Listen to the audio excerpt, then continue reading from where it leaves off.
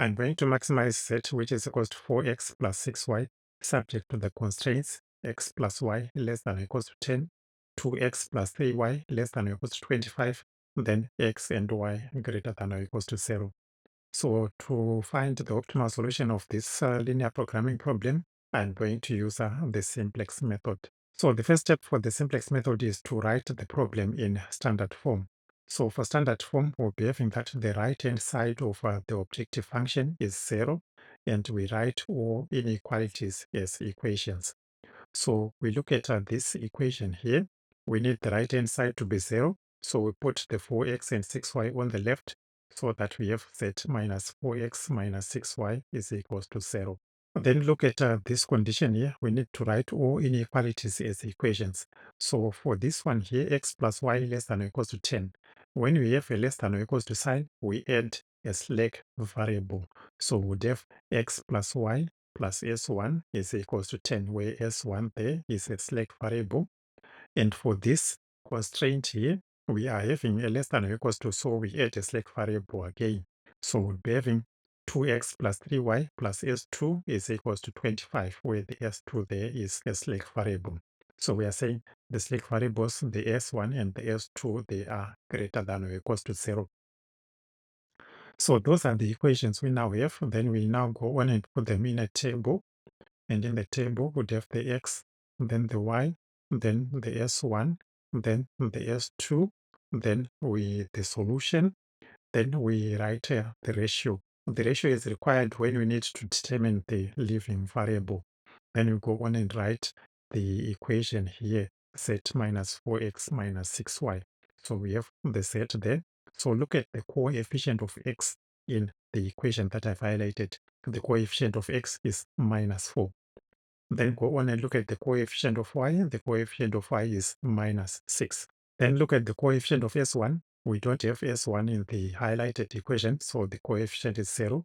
Look at the coefficient of s2. We don't have s2 in the highlighted equation, so the coefficient is 0. Then the solution, we are looking at what is on the right-hand side of the highlighted equation, is 0. And then we go on and look at the next equation, which is this equation here. X plus y plus s1 is equals to 10. So in this column, we write the basic variable of the s1. So for the s1, then we look at the coefficient of x in the highlighted equation is a 1. And the coefficient of y in the highlighted equation is a 1 as well. And the coefficient of s1 in the highlighted equation is a 1. The coefficient of s2 in the highlighted equation, we don't have s2, so the coefficient is 0. Then for the solution, we are saying what is on the right-hand side of the highlighted equation is a 10. Then go on to the next equation, 2x plus 3y plus s2 is equals to 25. We write our basic variable on the s2 and look at the coefficient of x. The coefficient of x is 2, so we write a 2.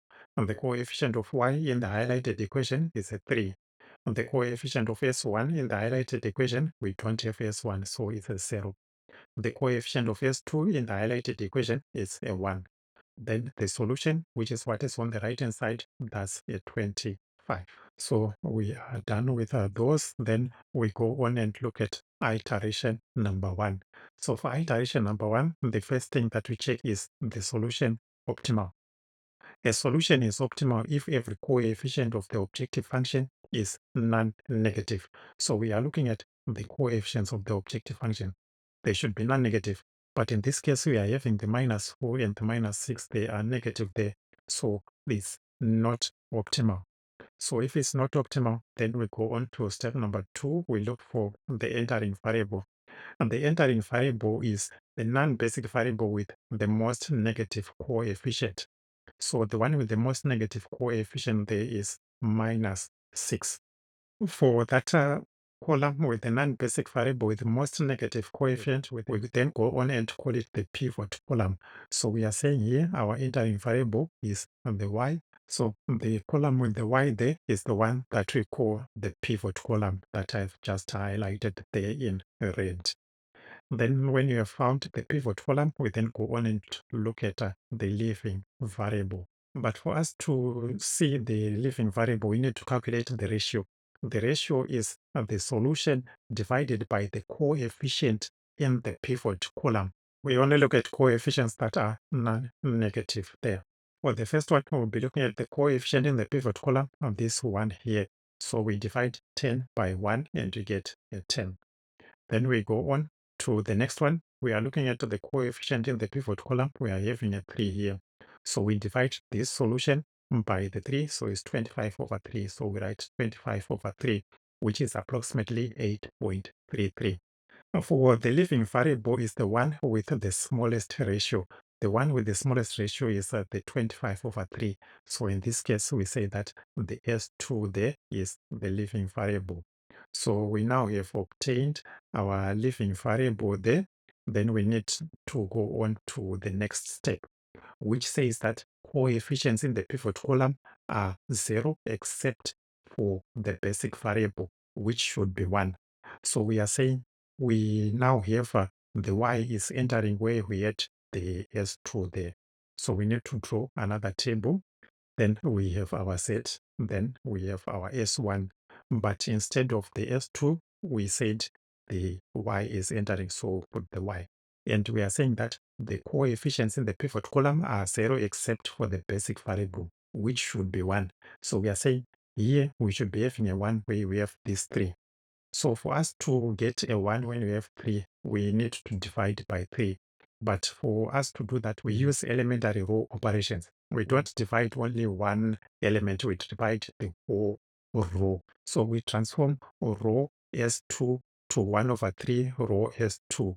So we are dividing each element in that row S2 by 3. So that would have 2 divided by 3 and it will give us 2 over 3. 3 divided by 3, it gives us a 1. 0 divided by 3, it gives us a 0. 1 divided by 3, it gives us 1 over 3. 25 divided by 3, it gives us 25 over 3. So that's our new row there, which I'll call the row y. But all the other elements, the minus 6 and the 1 there, we need zeros there. So for us to have a 0 when we have a minus 6, we can make use of this one here. What we do is we multiply the 1 by the 6, then add it to the minus 6. So we have minus 6 plus 6, which will give us a 0. But we don't do it for only one element. We do it for all the elements in that row set. So what we have to do there is we have to transform row set to row set plus 6 row y. So when you do those elementary row operations, it will be minus 4 plus 6 times 2 over 3, and it gives us a 0. Then minus 6 plus 6 times 1, and it gives us a 0. Then for the next one, it will be 0 plus 6 times 0, and it gives us a 0. Then for the next one, it will be 0 plus 6 times 1 over 3, and it gives us a 2. Then for the next one, it will be 0 plus 6 times 25 over 3, and it gives us a 50. So we are done with that row set. We now need to look at this one here in the pivot column. It should be a 0. So for us to get a 0, we can make use of this one. And to do that, we just say 1 minus 1, and it gives us a 0. So the element of operation that we use there is row S1. We transform it to row S1 minus row Y. So when you do the element of operation, it will be 1 minus 2 over 3, and it gives us 1 over 3.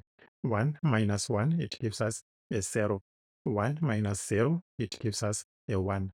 0 minus 1 over 3, it gives us minus 1 over 3. 10 minus 25 over 3, and it gives us 5 over 3. So that's the table that we have now.